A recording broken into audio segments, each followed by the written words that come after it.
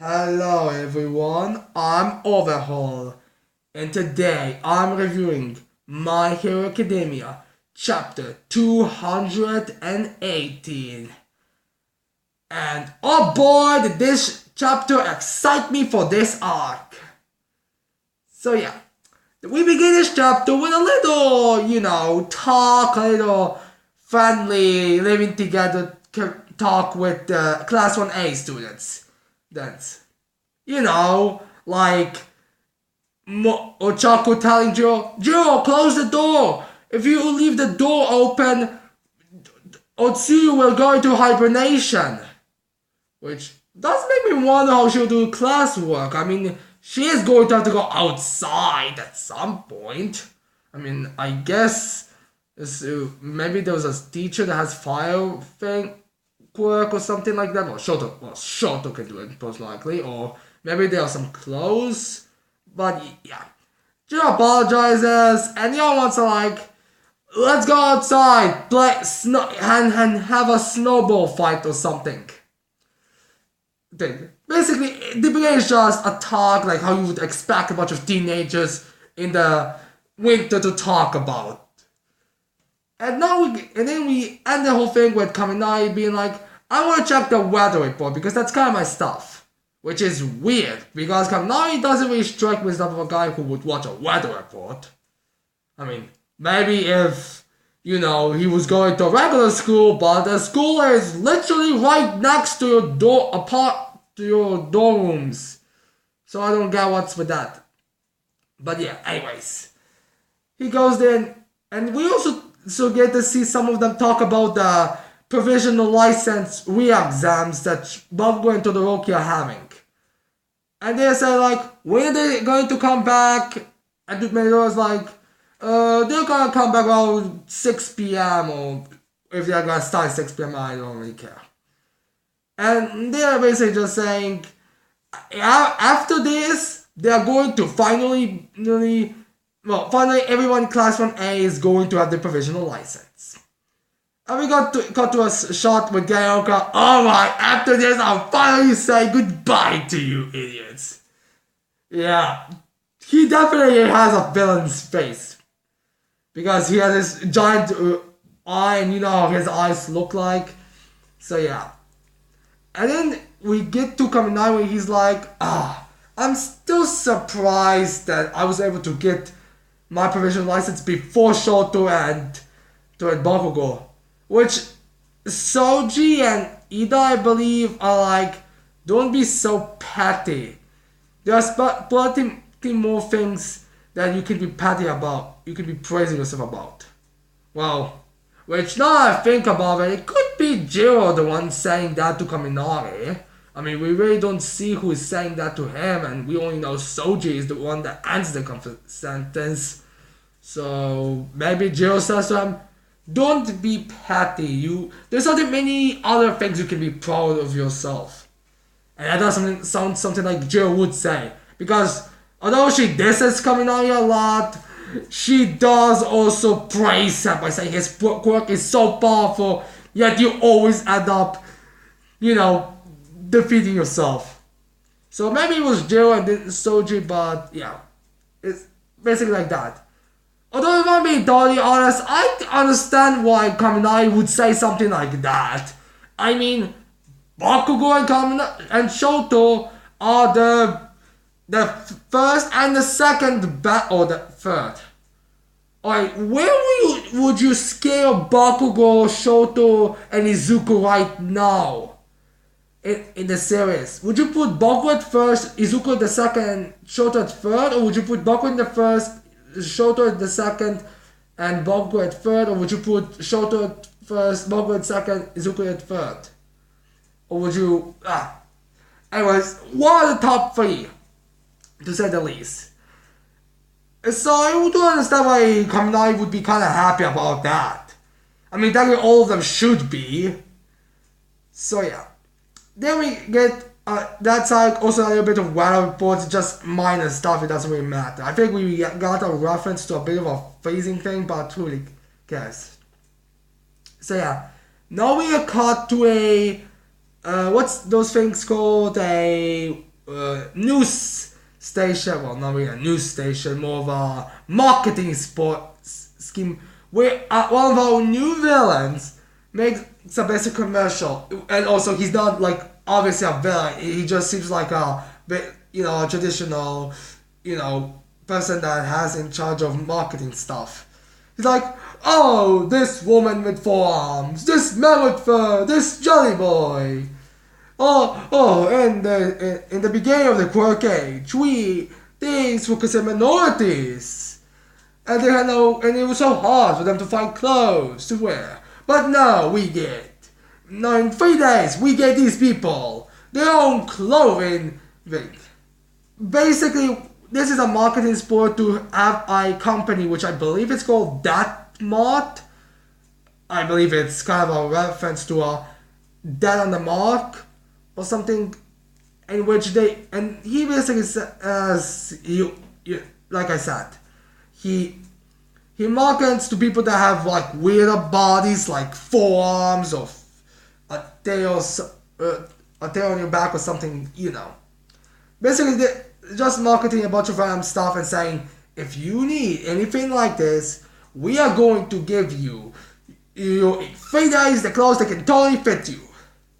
Which does make sense. There'll be stuff like that in My Academia universe. I mean, some people are born with their quirks, some get them at a later date, and we know we don't know if the mutation quirks get out in a later date, but we know it's different from other stuff, so they need to put things a different type of clothing.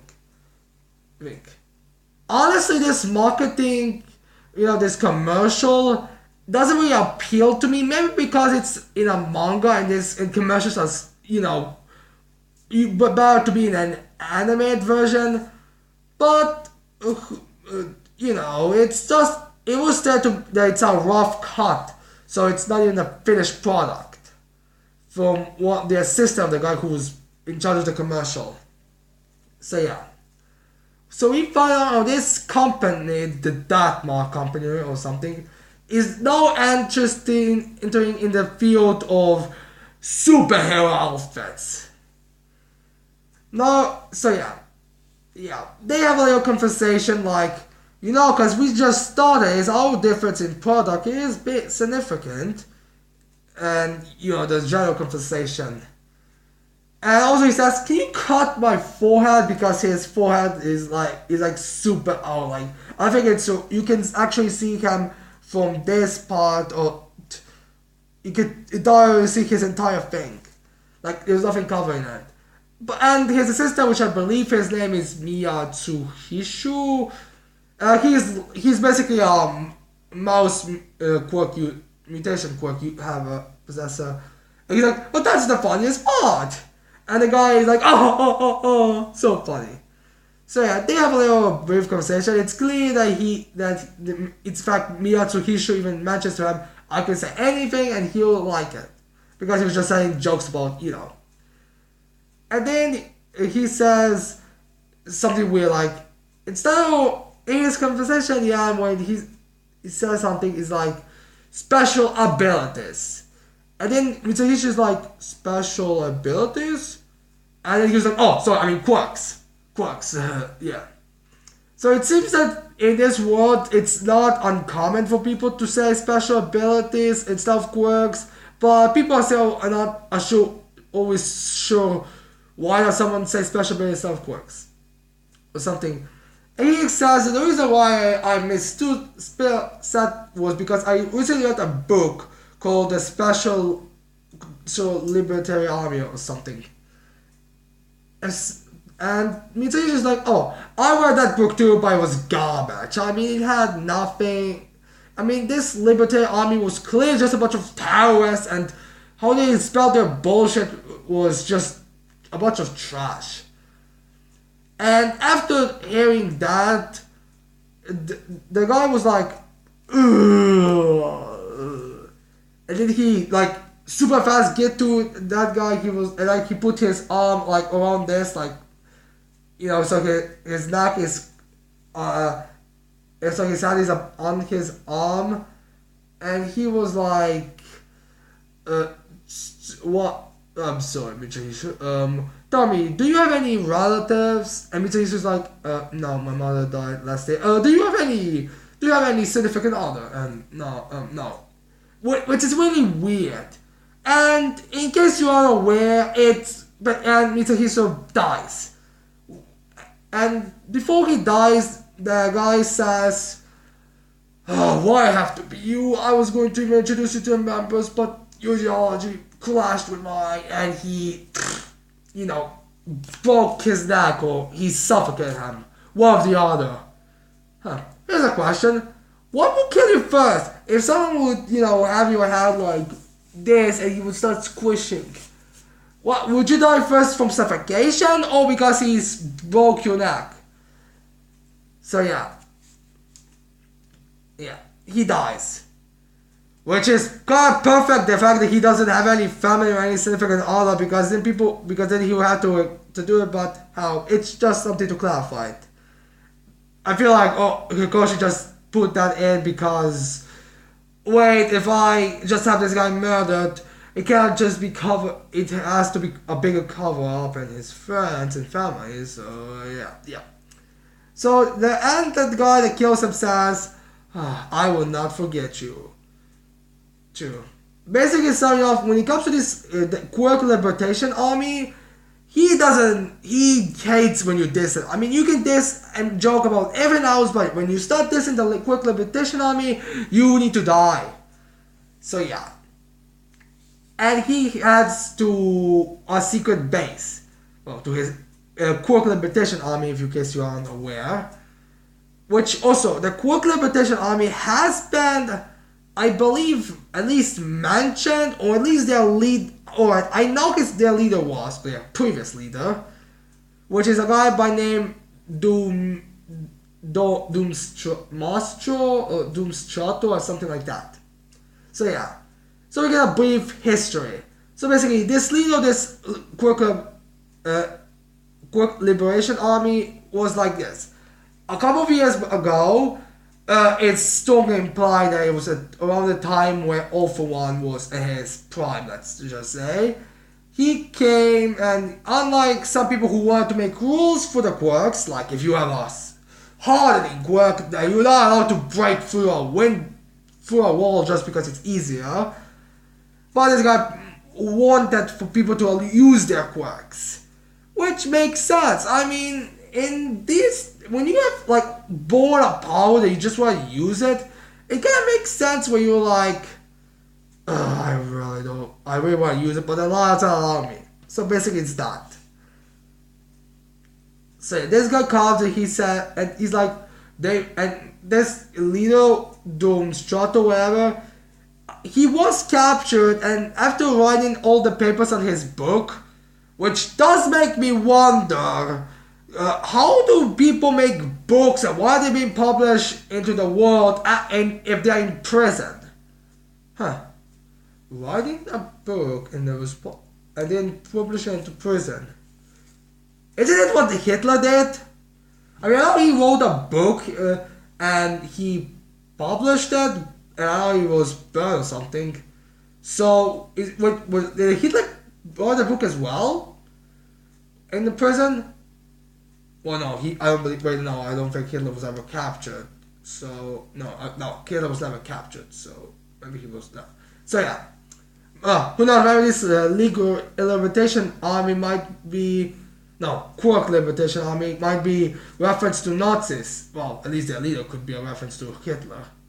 I mean, we do see a little shot with him, and we do see him wearing a more of a military type coat. So, yeah. This guy where someone don't know his name that killed Miyasu is like he may committed suicide a long time ago, but something that people don't know is that his children still roam free. Also, some of the previous members were captured, most of them at least. So yeah, and the way they kind of signify each other is something like this sort of thing. I might be holding that wrong. On my hand position, it might be wrong, but they have some kind of like this of a symbol. And we get a little brief shots of some of them. We of course get to see that guy, and he seems to have the same face mask as that Dom Strato guy. And he doesn't seem to have this like of a Joker face and body structure. If you're wondering, I'm talking about the Joker from the Batman Beyond movie. In which, you know, how he looked like that. He kind of has that of a vibe. Maybe in the anime they're just going to cut the bullshit and give him the color as well. But so far, he just seems to have that kind of general motif. So yeah. And we get to a bunch of other guys. We see one who's like this. I mean, I don't know who that guy is. Hell, I don't think he even does that pose they have. Maybe that's Overhaul and he just joined because they offered the place. I mean, we don't know where Overhaul is. It's probably not Overhaul. It's probably just a new character. He's just one of those lazy type of characters or something. I think we get a woman that I believe has around a similar head that Ibarre from the class 1B. I don't believe it's a model. I don't really think it's the same book. Just her hair seems to be very unique in drawing. There's a guy that kind of looks like a rough and old and, you know, more a villain type Aizawa. And yeah, I believe we also get to a guy whose eyes are like completely covered in dark and seems to have the same design as that one of the members of the Precepts of that. It's the drunken guy. So yeah, that seems to be what I can gather from that. I mean, it's very quick shots and it's not like we get good details on it. So these guys seem to be the main hats of the Quark Liberation Army. So yeah. And then we get some interesting facts though. And that is, these guys, the Quark Liberation Army, is in process of wanting to destroy the League of Villains. How this guy who killed that guy who looks kind of like Joker, he even says, by the name of Dunstro, I will destroy the League of Villains. So yeah. Like we could have kind of expected, some villains in the world kind of want to destroy the League of Villains because they're kind of the big talks, and I mean, even if they aren't the leaders of these places, they are still the big threats. And they're the most famous. So yeah, they also tell us that they have a way to get in contact with the League of Villains, which is a bit of a threat. Now, for who this contact could be, it could be Gira. I mean, I can imagine that if someone pays him enough, he will backstab the League of Villains. It could be Spinner, because he is beginning to question the League of Villains if they're really following Stain's ideology, because unlike Dobby and Toga and whoever else joined the League because of Stain, their mindset could change to follow Tomura more. I mean, that is possible. Hell, Dobby kind of stated that even if you really do, even if you don't give me the strike of being like someone that I would follow just because of Stain's ideology with Tomura. But yeah, it's possible that it's either Gira or Spinner. Now it could be someone else we don't know, like maybe some kind of like a skinny little creep that just can get a bunch of information. Like, I don't know exactly his name, but in X-Men Evolution there was like a mutant in later seasons, like a very minor mutant who had the ability to know where majority of mutants were. I mean, it's not like he was like a big thing. I mean, he was just like the mutant, like one episode would come to him and he's like, where's Magneto? And he's like, I cannot get to Magneto, but I can give you to Quicksilver. It's kind of like that. Maybe it's going to become like that, but so far, if it had to be League of Villains directly, I would say it would be either Giran or Spinner. One of these two. So yeah. So these guys want to destroy the League of Villains. I'm going to get this at the end of the chapter. Or at the end of this review, but yeah. So yeah. Then after some of their physiology or something, we cut to a villain, which seems to become a villain with a freezing type of a quirk or something like that. which with his goods he's going running amok, and they're basically stealing purses and wallets and all that petty stuff. So yeah, yeah, they came to it. People are like, oh no, Daga, Rick, we're the heroes. You know, the drag stuff the people civilians do when they're attacked by the villain. So yeah, they have their own. And this is supposed to. This point of this is to reveal that Tomura, well, not Tomura, Shoto and Bakugo have got their professional license, because the two heroes to stand up to this villain is Bakugo and Shoto. And All Might's there in the background as well. Like he was the one, I guess, that was in charge of, you know, what would be the right term? I mean, do they protected, be the teacher that's with them? I don't know. What was he there for, really? He is there, like, he's like, I'll help the evacuation, you two handle this, because even though All Might's no longer a hero, he doesn't have the powers, it would make more sense that he would be, okay, alright people, calm down people, follow me, I'll lead the two students to hold him back while I will help you get away to safety. So yeah, it's something like that. And we're also gonna find out that this attack was like 30 minutes after those two got their provisional licenses. So yeah, definitely a shot. And then we get to the final shot where the one that's actually important of all of them ones is like, who are these wannabe heroes? So yeah, this is the other chapter, and yeah, this chapter was pretty good. I mean, I'm very excited that for this arc, and I can't wait to see more of it. Wait, is there a break next week? I don't believe there is. I guess. Well, I do, because I want to see more. But yeah, what could in this arc happen is the question that's posing a lot of people's minds. Now, I've seen a lot of opinion. I see some people saying, oh, this is going to be an arc where the League of Villains are going to be the protagonists. Which I agree. Because this arc really does seem to be a setup. And then there's some people that are like, oh, Shoto and Bakugo are finally going to be in the spotlight again. And you know, and then there's all this discussion about the Liberty Army. Finally, we get to see what this army is about. Oh, is this army going to be like a military type army because the leader was dressed in a military type coat? Ooh, are we going to find out why the quirks are? Because of the guy had a rat insignia and Nazar and all that. Yeah. So we get this. Now, what I think about this could be. Yes, I agree with the people that say this arc will be focused on the League of Villains. Because if you ask me, it makes sense. I mean, it wouldn't make much sense that the arc that's going to focus on the Prison Break arc is going to be the first and most likely the only arc that's going to have the League of Villains be the protagonists. It makes sense there are going to be more arcs. It should make sense that there's going to be an arc that's going to be focusing on the League of Villains more directly. And I feel like this arc could be that arc.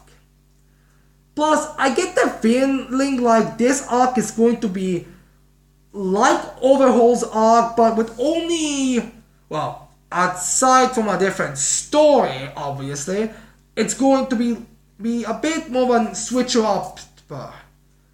Let me explain. In the Overhaul story, the protagonists were the heroes and the police, the main antagonists were the Yakuza, and then there was the third factions, which weren't really on either of the two sides, but they would fight both of them and won at the end. Which are obviously, the heroes and police versus the Yakuza versus the League of Villains, who vote against both of the two. So yeah, I feel like this arc could be like that, but only with a couple of changes. For example, instead of the heroes and the police, it's going to be the League of Villains are going to be the main ones. They're going to have the epic battles. They're going to be the ones that are going to be taking down the Quark Liberation Army. And they're going to be the ones that were going to be, we won, you such a bitches. And then we have instead of the Yakuza, we are going to have this Quark Liberation Army, who are just going to have their role. Like, we get to find out about their beliefs and all that, and yeah. And then we're going to have the third faction, which are going to be the heroes, that aren't going to be on either one side, but they're going to be like, oh, look, there's the Lego Villains David. We need to capture him. Oh. Hey, look, that's one of the commanders of that Quark Liberation Army. We need to go fight him. You got, well, yeah. And in the end, they're gonna be the ones that are gonna profit from that because they're going to find out more information about who are the members of the League of Villains and what quirks they have. And then we are also going to they're also going to be capturing and disassembling I'm assuming one of the major criminal organizations. I mean, when you have a top name as Quark Liberation Army, you can't expect this to be a big thing. Plus, we know there are big dogs in My Hero Academia world right now in the villains, so it doesn't make sense. I mean, I believe it was stated I don't know in which chapter, but I believe in an overhaul arc it's been said there's been a lot of villain organizations popping up and all that. So yeah, that's what I believe the whole thing is going to be. I mean, it could be different, it could be completely changed a bit. Maybe the heroes are going to have more or even less than League of Villains in the overhaul, but yeah. Now, to address the fact that some people think that Bakugo and Shoto are going to be the big... some people think they're going to be the main protagonists of the arc, which granted, there's no disproof of that. I mean, still this could happen, but here's the thing. I feel like the thing that could be kind of setting up with the ending of this chapter could be something like to say, oh yeah, every time there's a villain that can fight, they can pretty much defeat like the unless if you're a top ranking pro hero, you are going to lose to this. You're going to lose to this villain. You know, the guy and those villains that get captured by the big league pro villain heroes like this guy that's introduced in this chapter. If he gets and he fights against Bakugo and Shoto and he does what would be the time? Well, gets it to putting the two of them making the two breathe heavily and getting a bit tired and alright, this guy is clearly more powerful than we expected. To a point that he can actually beat one of the two. I mean, if they were, and the only reason why they won was because they were together and working together. Those two are still strong. Clearly an above average villain. Maybe around Darby's power level, whatever that is. Well, not Nomu's power level. Maybe a Nomu's power level. Maybe the green Nomu from the Hoso accident power level, another Nomu was powerful enough to take down the heroes. Maybe he's going to be somewhere around that level, like Gentle or something. It's just around that level, and he's going to deal with them. And then after he gets captured, League of Villains W. Kopaska get in and they break him out and then they take him to their base and he joins or something. It's possible that's going to be revealed like this. How it could be something similar to how it was in the overhaul arc where it's going to be revealed alright, you see, this is the 5th time this month or these months that this has happened. Every time a villain that's clearly not just a guy who decided to feel ballsy and decided to, attack and start robbing stuff.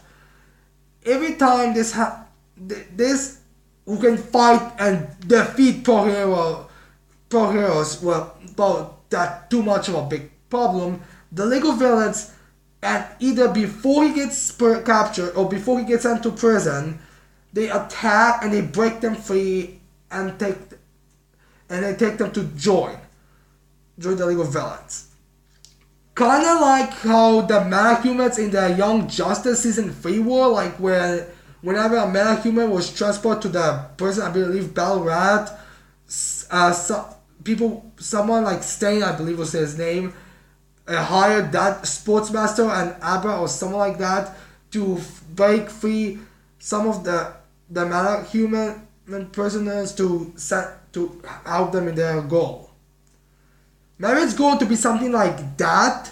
What Horikoshi is actually implying with the end of this chapter, and mostly just to confirm, yeah, these two have the provisional licenses. It's possible it's going to be something like that. So yeah, that's why I believe it's gonna be going. And how this could also mean that Bakugo and Todoroki and Shoto will get like evolve, where they're gonna be like, in which when they get briefed on, then Shoto will be like, well, if my if my father ever asks, tell my father if he ever needs, if my father gets involved and if he wants me to see how he does stuff and all that, I could come with you and help if you want. Like maybe they're gonna offer their services because they didn't have their whole go there and train. Well, they didn't have the opportunity they had before. Like maybe they're gonna volunteer or something. I'm trying to get the two into the more of the mainstream hero workers, like with Hawks and Endeavor and all that. But because it's not like they had the same thing as Overhaul arc where those two were already assigned to it, so they just took the opportunity as a sidekicks. So it's kind of hard for me to really put these two in. Plus, the biggest thing I think from these two we'll get is like maybe a fight with the two, and maybe Shoto being like, could Dabi be Toya? Because Shoto knows that he has two older brothers, and maybe Dabi is going to say something in the arc after to Shoto. So tell me, that fight with High Ant? Wasn't that just bad? How much do you want to bat the whole thing with Kama? What he has done to the family, to the Todoroki family? Maybe he's going to say something like that if they get involved with and Shoto meets up. Tries to fight Dabi. And how? Maybe this could be like a sort of pre-fight between Shoto and Dabi. Like in One Piece when they had kind of this. It would Impel Down, Luffy and Blackbeard were going to have a fight. Well, they had a fight and it kind of had to be ended because of a thing. So yeah. This is what my thoughts are currently on this arc. Yeah. Now anyways, I hope you like this video. I hope you're gonna leave a like and subscribe to my channel for more videos in the future. And that's it. I cannot wait to see all of you people next time. Bye.